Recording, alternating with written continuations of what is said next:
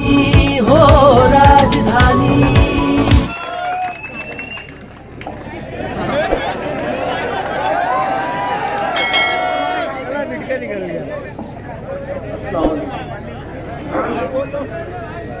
आज के इस जलसे के सदर मुजम्मिल दुलार साहब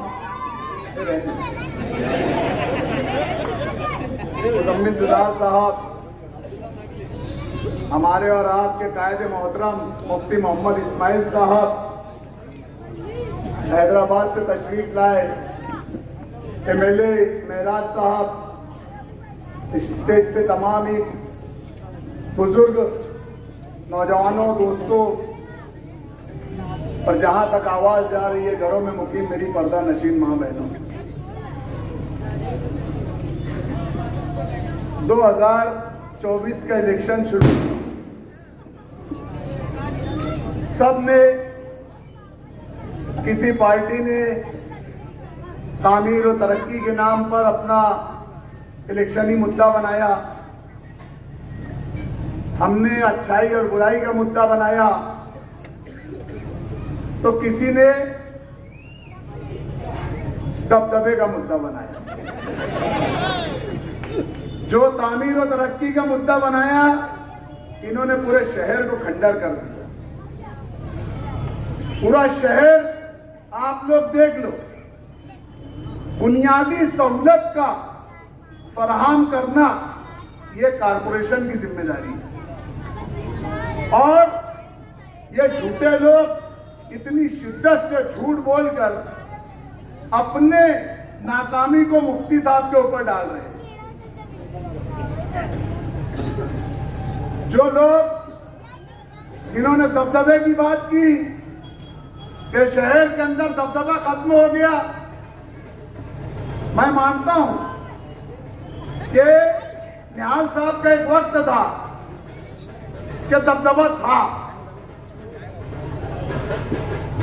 निहाल साहब दुनिया से चले गए, दबदबा खत्म हुआ, ऐसा नहीं है। भाई ढोल वाले जरा ढोल मत बजाओ। निहाल साहब दुनिया से चले गए जब दबदबा खत्म हुआ, ऐसा नहीं था। ये जो लोग आज दबदबे की बात कर रहे हैं, असल दबदबा इन्हीं लोगों की वजह से निहाल साहब का खत्म हुआ है। मैं 2017 का इलेक्शन वार्ड नंबर 17 से लड़ा, मेरे नसीब में शिकस्त थी, मैं हार गया। उस वक्त हमारा कांग्रेस पार्टी से पैक्ट हुआ मेयर बनाने के लिए। हमने शेख रशीद साहब को मेयर बनाया, तो उसके अंदर मेरे घर वाले ने मेरे ऊपर यह चाहा कि भाई तू कॉर्पोरेशन के अंदर आ जा। यहां मेरे वालिद साहब मौजूद है, डॉक्टर खालिद ने, इन्होंने कई मर्तबा मुझे कहा कि तुझे कॉर्पोरेशन में आना है। मैं इनसे मना करता रहा। जिस पार्टी से तुम मुझे कॉर्पोरेशन में लेने जा रहे हो, मैं उनका और मेरा मिजाज नहीं मिलता,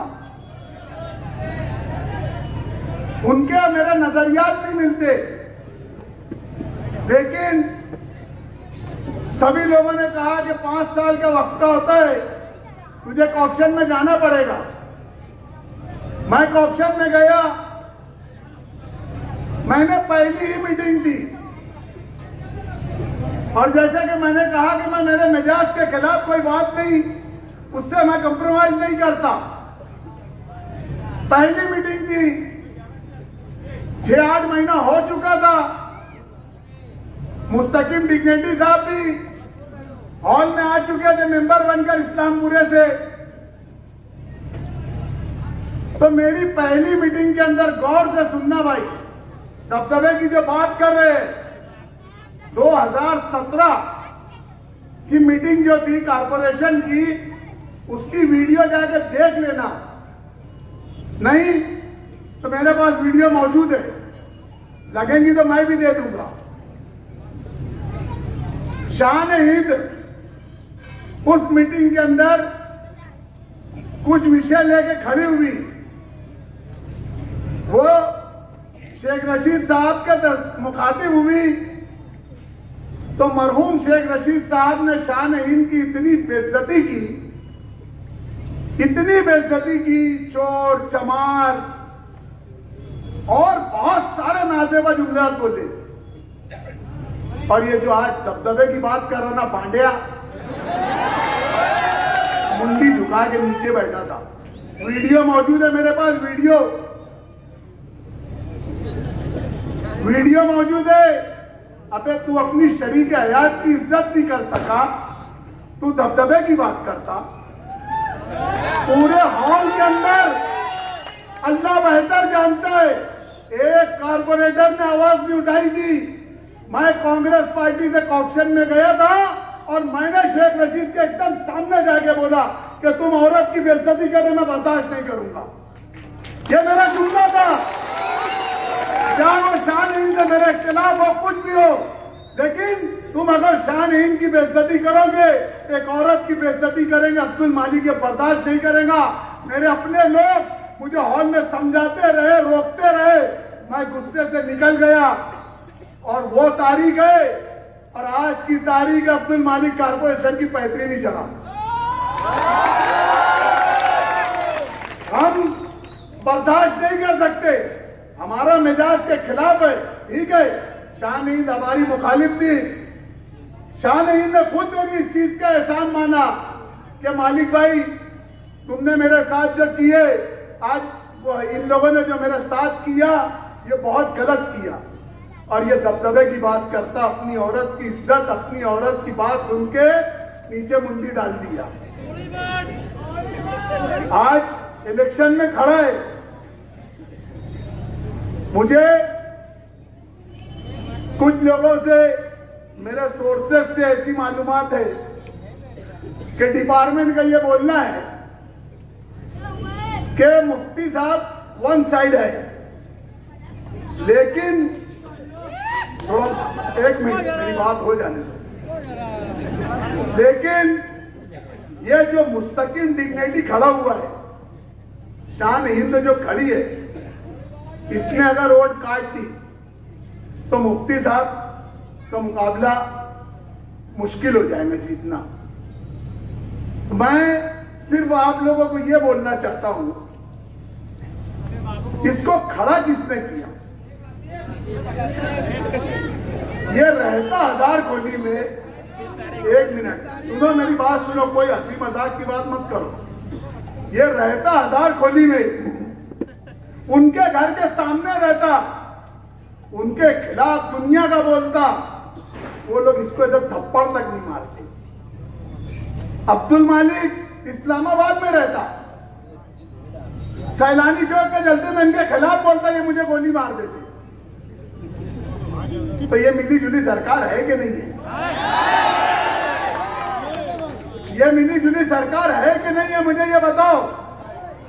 इसको एक मुनज़्ज़म प्लानिंग के तहत आपके बीच में उम्मीदवारी दी गई है ताकि ये मजलिस इत्तेहादुल मुस्लिमीन की वोट काटे, मुफ्ती साहब के चाहने वालों की वोट काटे, मुफ्ती साहब के मानने वालों की वोट काटे। मैं एक कदम और आगे बढ़कर बोलता हूं, मैं इस चीज का कायल नहीं हूं। ये मुनज़्ज़म साजिश है कि ये अंसारी बिरादरी की वोट काटे और मुफ्ती साहब गिर जाए। मुफ्ती साहब नहीं बोलेंगे ये बात, शायद उनको मेरी बात बुरी लग रही होगी कि अब्दुल मालिक तू ये क्या बोल रहा है, लेकिन जो हकीकत है मैं आपके सामने बयान कर रहा हूं। ये सिर्फ अबे वोट ले लेके कितनी लेंगे वो? 5,000, 10,000, 15,000, 20,000, 25,000, अबे चुन के आने के हफ्ते 1.25 लाख लगेगी।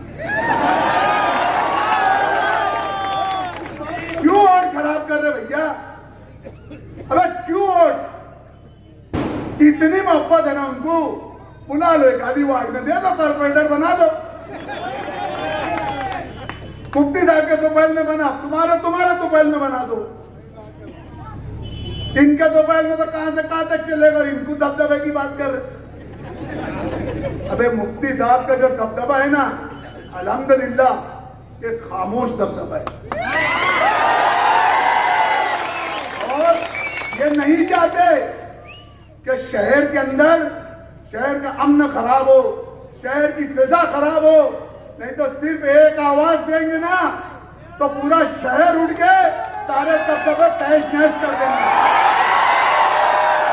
ये सिर्फ शहर के हित में, शहर की मोहब्बत में कि नहीं, मुझे मेरे मासूम बच्चों को मरवाना नहीं है, हमारे मासूम लोगों को गोली नहीं खिलवाना है, हमारी मां बहनों पर लाठीचार्ज नहीं करवाना है। यह हमारे कायद की सोच है। काम नहीं किए, काम नहीं किए, अबे मान लो कुछ नहीं किए, अबे किसका कुछ किए नहीं तो किसका कुछ बिगाड़े भी नहीं। अबे बिगाड़ने में अगर आ जाएंगे ना तो इनके घर के बाहर लाइन लगेंगी कि हजरत चलान दोनों में मिट्टी बची है, हजरत चलान दोनों मेरा टुकड़ा।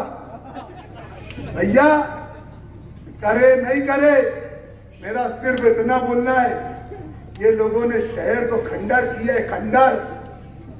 और सिर्फ शहर को नहीं, शहर की नस्लों को भी खंडर कर रहे हैं। तुम ये मत समझो कि तुम पक्के वार्ड में हो, तुम्हारे तक आंच नहीं आएंगी, नशे की आंच नहीं आएंगी। 14-14 साल के बच्चे, 13-13 साल के बच्चे स्कूलों के अंदर नशा लेके नशा कर रहे हैं। मैं यहाँ के वालिदैन को यह एहसास दिलाना चाहता हूं कि थोड़ा ध्यान रखें अपनी औलादों का। नशा ये काफिर मत है ना कि नशा तुम्हारे पक्के वार्डों में नहीं घुसा है या कच्चे वार्डों में नहीं घुसा है। बहुत तेजी से इसको एक मुनज़्ज़म, मैं तो इसको यहूदी साजिश बोलता हूं, एक यहूदी साजिश के तहत उठाकर देख लो, बॉम्बे, मुमरा, भिवंडी, मीरा रोड, अब मालेगांव, जहां मुसलमानों की आबादी ज्यादा है, वहां पर यह शहर खुला जा रहा है।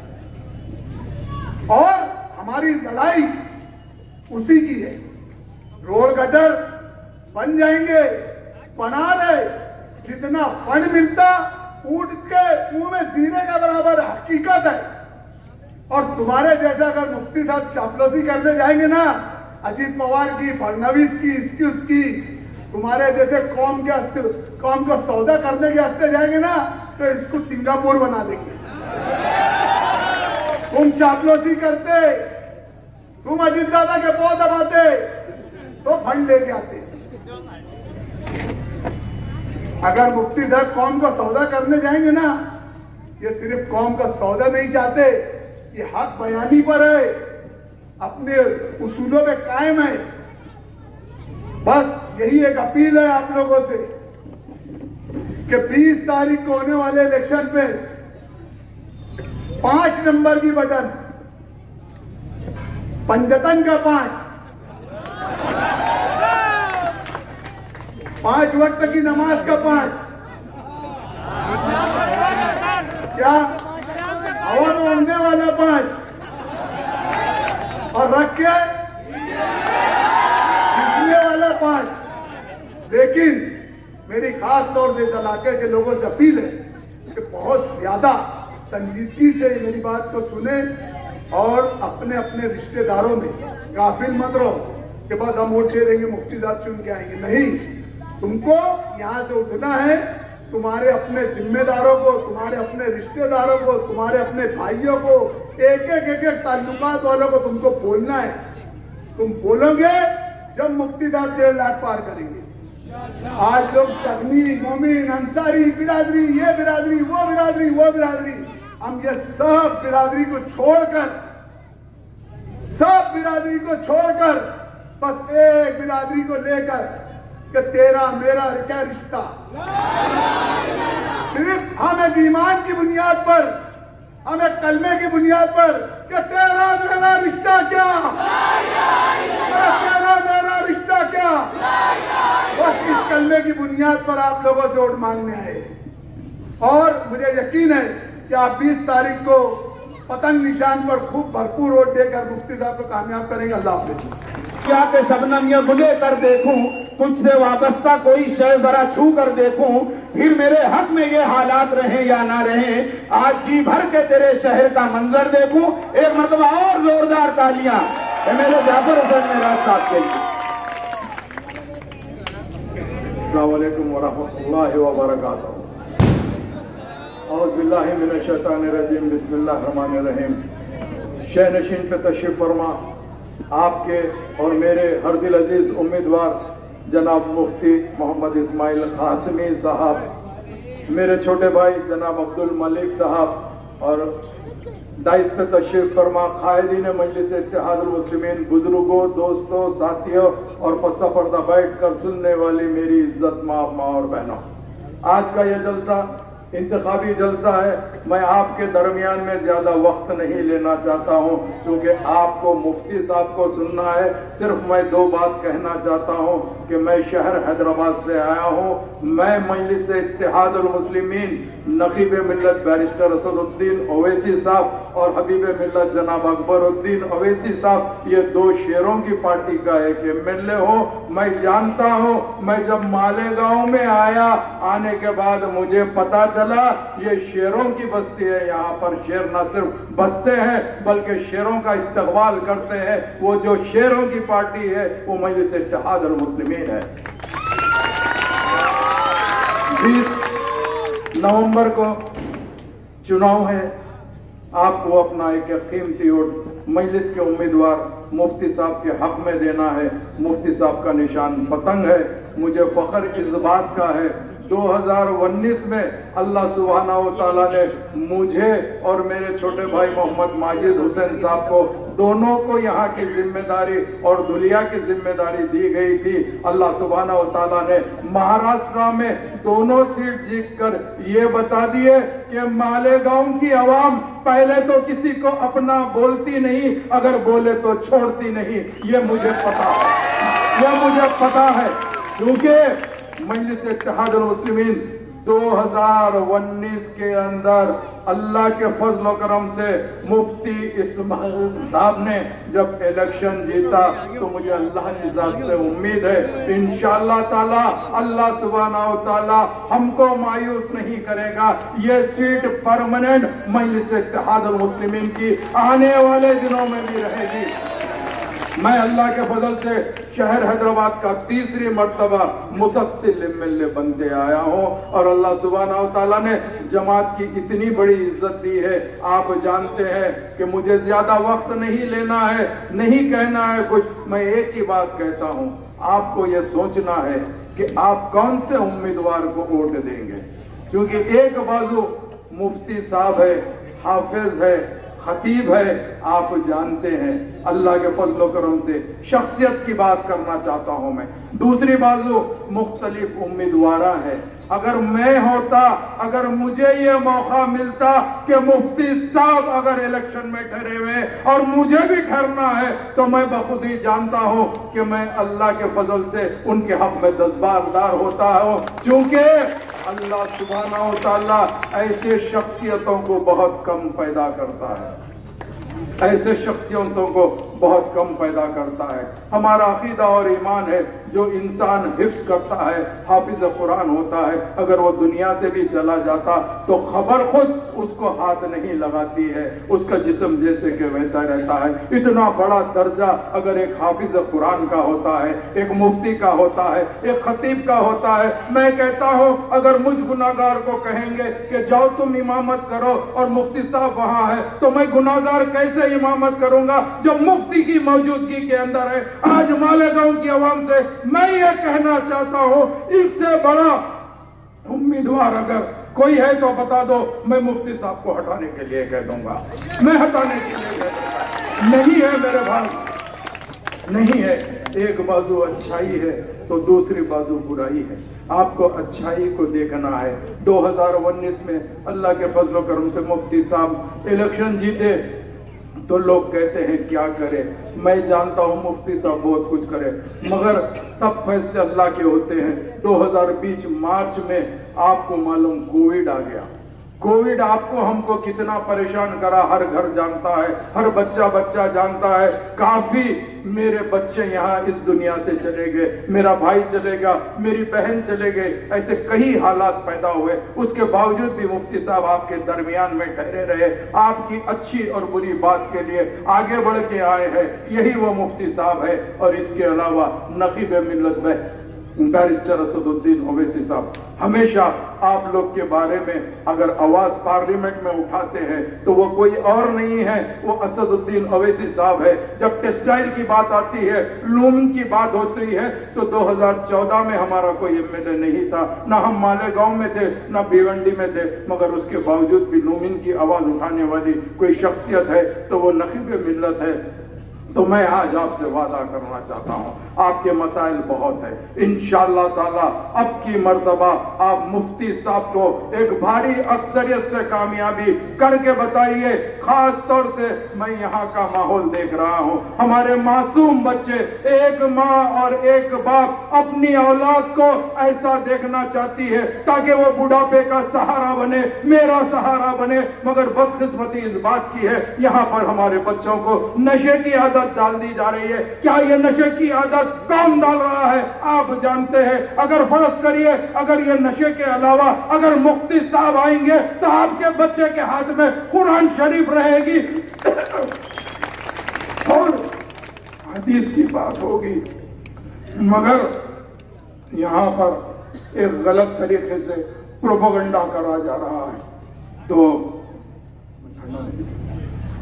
प्रोपेगेंडा किया जा रहा है। तो मैं आपसे अदबन दरखास्त करना चाहता हूं, मैं मालेगांव में इंशाअल्लाह यहां पर आखिरी तक मुफ्ती साहब के साथ हूं। मुझे अल्लाह की जात से उम्मीद है, अल्लाह सुब्हानहू तआला 20 तारीख को जरूर बजरूर मुफ्ती साहब के हक में आप लोगों का दिल फेर देगा, जरूर फेर देगा। मैं जानता हूं, बहैसियत मुसलमान मुझे मालूम है, मैं रमजान में मैं हो या आप हो, रोजा रहते हैं। अगर फर्ज करिए आप घर में तन्हा रहते हैं, शिद्दत की गर्मी होती है, तो एक खतरा भी पानी मुंह में नहीं डालते, इसीलिए नहीं डालते, कोई नहीं देख रहा तो अल्लाह देख रहा है, मेरा रोजा टूट जाएगा। 20 तारीख को हम नहीं रहेंगे, कोई नहीं रहेगा, आप रहेंगे, पतंग का बटन रहेगा, आपको कोई नहीं देख रहा, अल्लाह देख रहा है। अल्लाह के वास्ते आपका एक एक कीमती वक्त मजलिस के हक में देना है। मजलिस का निशान पतंग है, पतंग पे बटन दबाइए और इंशाअल्लाह ताला हम जरूर बजरूर मुफ्ती साहब को 23 तारीख को इसी मालेगांव के अंदर एक भारी अक्सरियत से कामयाब करके प्रेम चोपड़ा को बता देंगे। कर्म जब मार कहे सब्रो रजा होता है, कोई जाबाज ही मैदान में खड़ा होता है। जिसको चुनती है मशीयत किसी मकसद के लिए, उसका अंदाज ही हम सबसे जुदा होता है। 2000 तालियों के दरमियान हजरत मौलाना मुफ्ती मोहम्मद इस्माइल कासमी साहब माइक पर।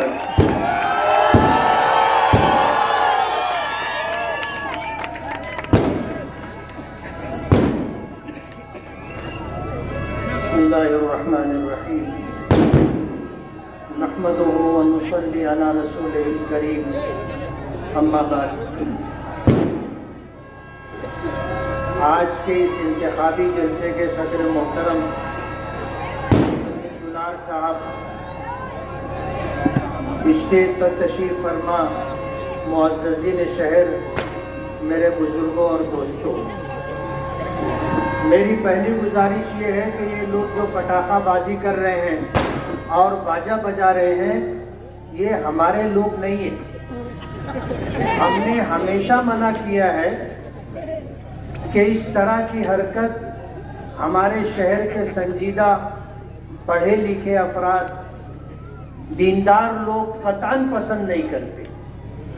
ये जो जुलूस आता है या इस तरह पटाखेबाजी जो की जाती है, हमारी माओ और बहनों का ये तासुर है कि मुफ्ती साहब के जलसे में कहाँ पटाखाबाजी होगी और कहाँ ढोल ताशे बजेगी। इसलिए जुलूस लेके आने वालों से गुजारिश है कि वो ये हरकत कतई ना करें। और हमें तो शुबा है कि जो लोग पटाखाबाजी करते हैं वो हमें बदनाम करने के लिए ये हरकत करते हैं। अल्लाह के लिए अगर आप हमसे मोहब्बत रखते हैं और ताल्लुक रखते हैं तो आपको इन हरकतों से बाज आना होगा।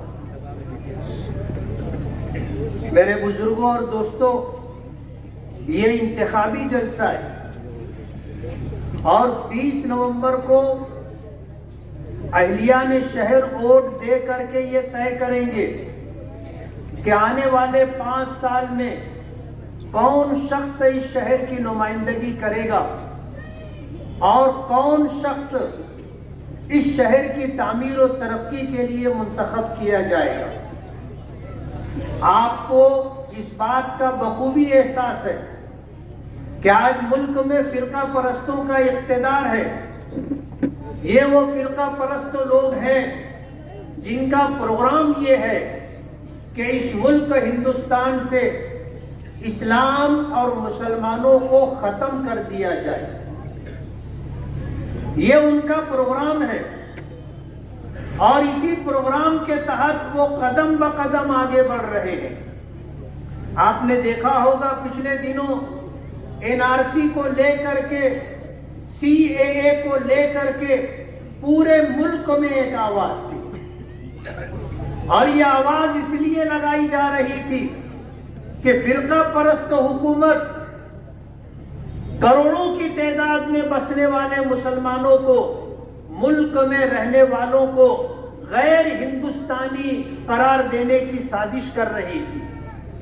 आसाम में ऐसे बहुत सारे हमारे भाई बहन हैं जिन्हें गैर हिंदुस्तानी करार दे करके उन्हें डिटेंशन कैंपों में डाल दिया गया है और आज वो खुली जेल में अपनी जिंदगी गुजार रहे हैं। जिस तरह जेल में रह करके एक आदमी अपने रिश्तेदारों से, माँ बाप से, बीवी बच्चों से दूर हो जाता है, न उनका चेहरा देख सकता है, न उनसे बात कर सकता है, न उनकी खुशी और गमी में शरीक हो सकता है। ये हालत डिटेंशन कैंपों में रहने वालों की बना दी गई, जिसमें हमारी जवान जवान बच्चियां भी हैं। हालात इंतहाई नासाजगार। आसाम हुकूमत ने एक बड़ा कदम उठाया था कि 30 लाख से ज्यादा लोगों को गैर हिंदुस्तानी करार दे करके खुली जेल में डाल दिया जाए। जमीयत उलमाए हिंद के सरबराह हजरत मौलाना सैयद अरशद मदनी दामद बरकातुहुम ने अपनी जमीयत के प्लेटफॉर्म से सुप्रीम कोर्ट में उनका मुकदमा लड़ा और अभी कुछ दिनों पहले उसका फैसला आया कि इस मुल्क में 1971 से जितने लोग हैं उनके पास चाहे कागजात ना हो, आधे अधूरे कागजात हो, उन्हें गैर हिंदुस्तानी करार नहीं दिया जा सकता और उन्हें डिटेंशन कैंपों में नहीं डाला जा सकता। ये हुकूमत हमसे हमारा मजहब छीनना चाहती है। आज उनको हमारी मस्जिदें खटक रही हैं, दरगाहें उन्हें बुरी लग रही हैं, मदारिसे दीनिया और मकातिबे कुरानिया को बंद करने का प्रोग्राम चल रहा है। आज इस मुल्क से मुसलमानों को खत्म करने की साजिश की जा रही है। मैं आपसे पूछना चाहूंगा, अगर आपके पास आपका मजहब नहीं होगा, आपके पास आपकी मस्जिद नहीं होगी और आपके आने वाले बच्चों को अगर कुरान करीम की तालीम देने वाले और उन्हें अल्लाह उसके रसूल की पहचान कराने वाले अफराद नहीं होंगे, उलमा नहीं होंगे, हुफ्फाज और अइम्मा नहीं होंगे, तो आपकी दीनी क़ियादत कौन करेगा? एक बड़ी साजिश है और एक लंबे जमाने से ये कोशिश हो रही है कि इस मुल्क में मुसलमानों को हमने अगर दूसरे दर्जे का शहरी बना दिया गया है तो उनसे अब शहरी होने का हक भी छीन लेना चाहिए। बहुत अफसोस के साथ कहना पड़ रहा है कि एक जमाना था मुल्क की हुकूमत ने इस्राइल के साथ मुआहदा किया, उन्हें बाकायदा यहां सफारत खाने की जगह दी गई और उन्होंने आकर के हिंदुस्तानी मुसलमानों की क्या हैसियत है, उनमें कितना दम है। एक साजिश रची और बाबरी मस्जिद की शहादत करवाई गई। बाबरी मस्जिद की शहादत इसलिए करवाई गई थी कि इस मुल्क में मुसलमानों में कितना दम है, उनकी तरफ से कितना रिएक्शन आता है, ये देखने के लिए ये हरकत की गई थी। आज उस मुल्क में मुसलमानों को बेबसी और बेकसी का एहसास दिलाने के लिए वो सारे काम हो रहे हैं जो वक्त की हुकूमत चाहती है। अभी वक्फ अमेंडमेंट बिल आया, तरमीमी एक्ट आया। वक्फ कहते किसको है? वक्फ कहते हैं कि कोई शख्स अपनी मिल्कियत को अल्लाह की मिल्कियत में दे दे और उसकी नीयत ये हो कि इसकी असल बाकी रहेगी, इससे जो नफा होगा वो एक खास मकसद के लिए इस्तेमाल किया जाएगा। और ये वाकिफ की मंशा पर होता है कि अगर उसने ये तय कर दिया कि ये जमीन मैंने वक्फ की है तो ये जमीन हमेशा बाकी रहेगी। अगर उसने ये तय कर दिया कि इससे जो नफा होगा वो बेवाओं के लिए होगा तो सिर्फ बेवाओं को दिया जाएगा, यतीमों के लिए होगा तो सिर्फ यतीमों को दिया जाएगा। यानी असल बाकी रखकर वाकिफ की मंशा के मुताबिक, उसकी चाहत के मुताबिक उससे हासिल शुदा नफा खर्च किया जाएगा। हिंदुस्तान में हमारे पुरखों ने, हमारे आबा व अजदाद ने 2 लाख एकड़ से ज्यादा जगह इस मुल्क में बसने वाले मुसलमानों की फलाह व बहबूद के लिए वक्फ किया है। अल्लाह हजरत मौलाना सैयद असद मदनी नव्वरल्लाहु मरकदहू की कब्रों को नूर से भर दे। जिस वक्त राज्यसभा के मिंबर पे वक्फ एक्ट 1995 उन्होंने बनवाया था, उस एक्ट को बदलने के लिए आज की मौजूदा हुकूमत ये चाहती है कि वक्फ बोर्ड से इख्तियारात ले लिए जाएं और ये इख्तियार कलेक्टर को दे दिया जाए और कलेक्टर अपनी मर्जी से उसके बारे में फैसला करे। और प्रोग्राम ये है कि हमसे ये सारी जमीनें हुकूमत वक्त छीनना चाहती है। हमसे ये सारी जमीनें छीनना चाहती है कि मुसलमानों के पास फिर कुछ बाकी ना रहे। आज अगर हम फख्र के साथ ये बात कहते हैं कि हमें सरकार अगर कुछ नहीं देती है ना देवे, हमें वक्फ की जमीनें दे दी जाएं तो हम मुसलमानों के सारे मसले हल हो जाएंगे।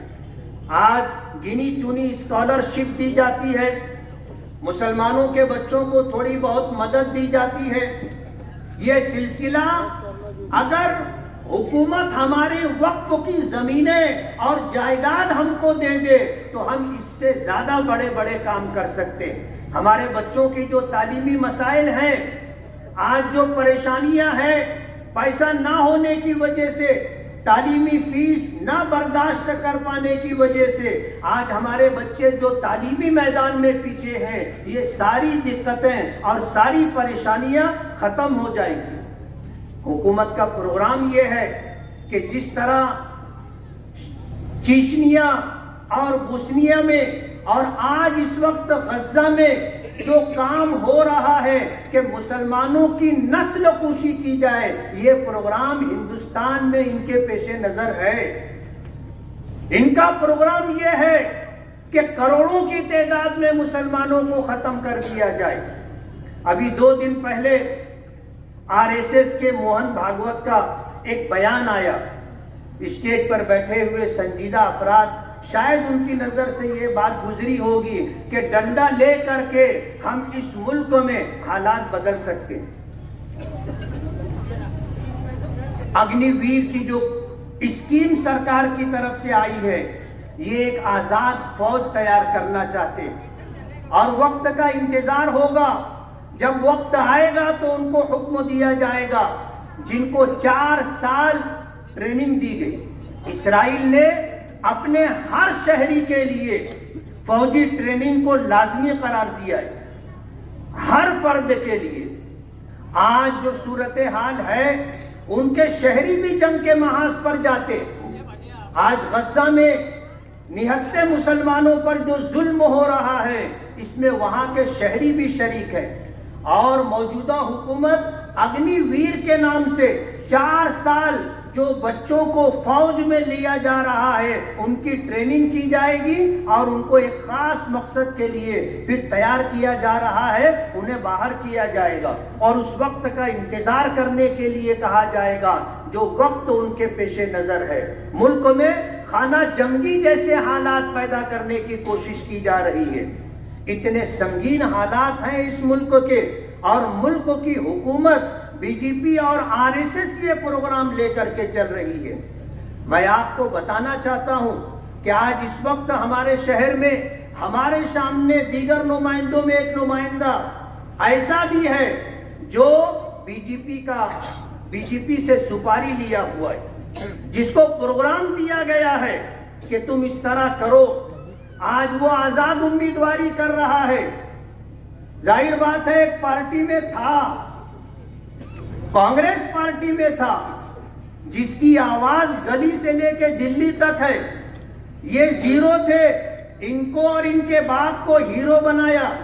बाप 2 मरतबा एमएलए रहा, बेटा 1 मरतबा एमएलए रहा, बेटा कारपोरेशन में मेयर रहा, बाप कारपोरेशन में मेयर रहा, मां कारपोरेशन में मेयर रही। ये सब कुछ कांग्रेस की देन थी। कांग्रेस क्यों छोड़ा इन्होंने?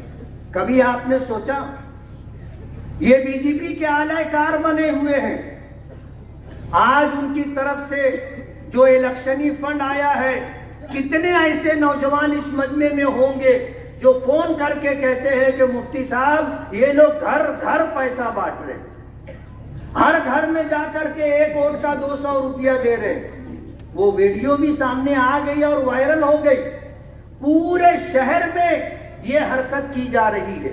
लोगों का वोट खरीदने की बात हो रही है।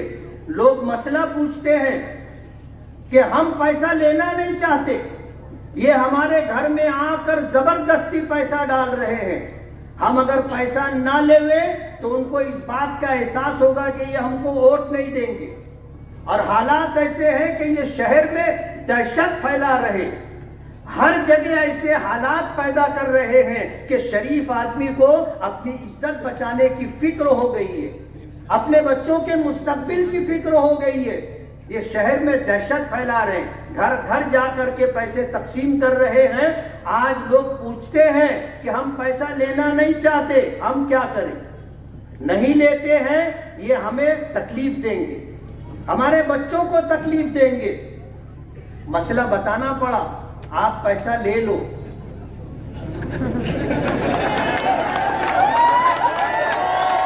आप पैसा ले लो और ये पैसा आप मनी ऑर्डर के जरिए उनको वापस भेज दे।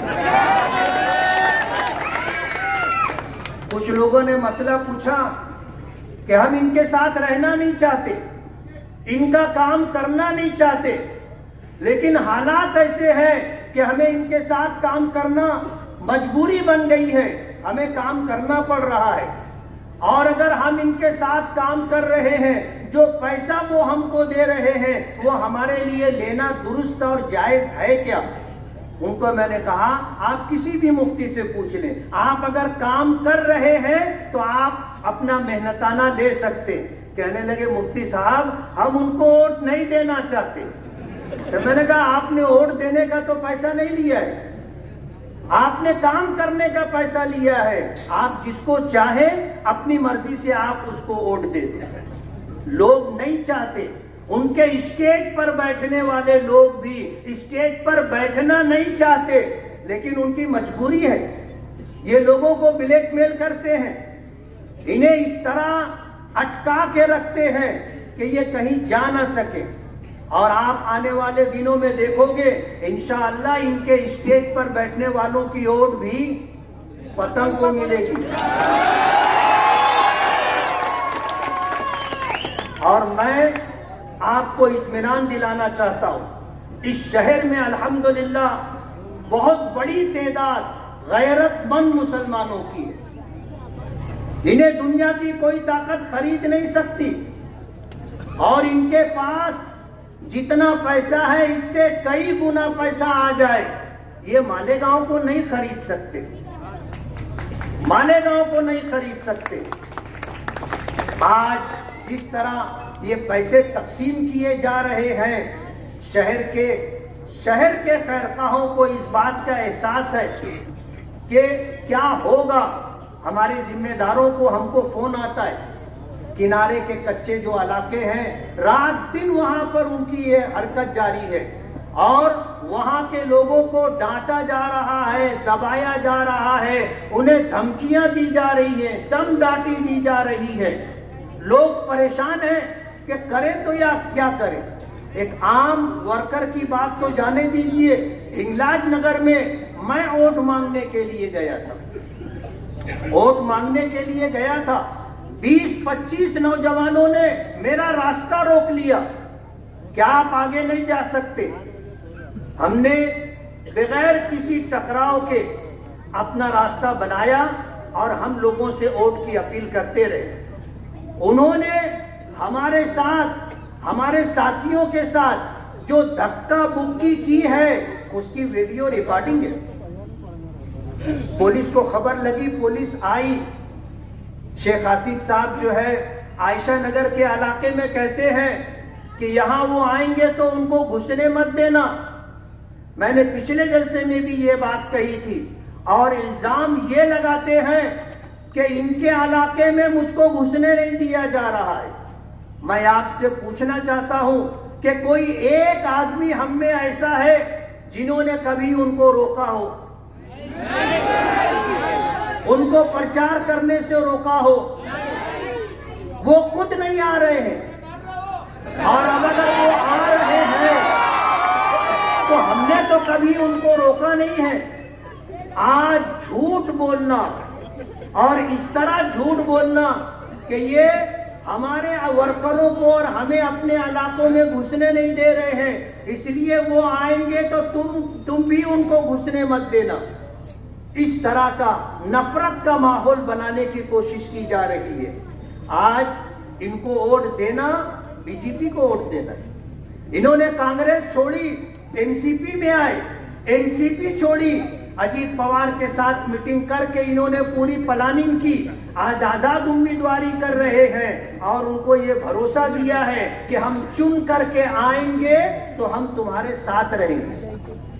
ये उनको उन्होंने वादा दिया है और उसी भरोसे पर चल रहे हैं। इन्होंने ऊपर से सुपारी ली और फिर नीचे भी एक पार्टी को इन्होंने सुपारी दी। अभी जिसका तस्करा अब्दुल मालिक ने किया, ये सिर्फ वोट काटने के लिए मैदान में आए और ये आला ऐलान कहते हैं कि हम उस मुल्ला को जीतने नहीं देंगे। उनका प्रोग्राम जीतना नहीं है, उनका प्रोग्राम शेख आसिफ को जिताना है। मुझे हराना चाहते हैं और हराएंगे किस तरह? पक्के महलों में बुनकरों की वोट ले करके मेरा वोट कम हो, इस बात की कोशिश कर रहे हैं। आप देख लो, उन्होंने उसी इलाके में जलसे किए और प्रचार किए जहां हम रहते। किनारे की बस्ती में तो ये झांकने भी नहीं जाते ना। इनको सुपारी दी गई है कि सिर्फ आपको इधर का वोट लेना है, बस आपको कहीं और नहीं जाना है और इसी प्रोग्राम को लेकर के चल रहे हैं। आज उनके पास से बहुत सारे लोग हमारे पास वापस आए और उनका ये कहना है कि हमने जब देखा कि ये एक मखसूस तबके की वोट लेने की कोशिश कर रहे हैं तो ये एहसास हुआ कि इनका प्रोग्राम शेख आसिफ को जिताना है और उसी प्रोग्राम को लेकर के चल रहे हैं। लोकसभा में मालेगांव ने जो तारीख बनाई है कि एक बीजेपी के लोकसभा के उम्मीदवार को मालेगांव सेंट्रल से 4,527 वोट मिलती है और सेकुलर उम्मीदवार को 2 लाख वोटें मिलती है, 2 लाख वोटें मिलती हैं। तो बीजेपी ने मालेगांव को टारगेट कर रखा है और उसी सहारे पर चल रहे हैं। और अभी मुझे स्टेज पर चढ़ने से पहले ये बात बताई गई कि बीजेपी के मकामी लोगों को कहा गया है कि आप प्रचार करो, रिक्शा को वोट देना है। जाहिर बात है, रिक्शा निशानी किसकी है? रिक्शा निशानी किसकी है? ये बीजेपी के हमनवा, बीजेपी से सुपारी लेने वाले लोग, बीजेपी के लोगों को कहा जा रहा है कि रिक्शे के लिए आप वोट मांगो। जाहिर बात है, सरकार मालेगांव के लोगों से बदला लेना चाहती है लोकसभा में हार का। मेरे पास बहुत ज्यादा पॉइंट है और वक्त खत्म हो रहा है, और आइंदा जलसों में मैं इस बात की कोशिश करूंगा कि आधा घंटे से ज्यादा मुझे बात करने का मौका मिले। मैं अपने साथियों से ये गुजारिश करूंगा कि वो थोड़ा सा हालात को समझें। आज यूसुफ इलियास साहब ने अपना वक्त, जिस तरह हैदराबाद से आए हुए हमारे साथी जाफर हुसैन मेराज साहब जो याकूबपुरा से एमएलए हैं, उनको अपना वक्त दिया। मैं चाहूंगा कि कर सकूं। आज उनके पास हमारे खिलाफ कहने के लिए कुछ नहीं है। झूठ का एक अंबार लगाया जा रहा है। इस्लामपुरे के जलसे में ये कहा गया था कि मैंने बंबई ओशीवारा में 179 करोड़ रुपए की जमीन ली है। मैंने कहा शेख आसिफ साहब के मुंह में घी शक्कर।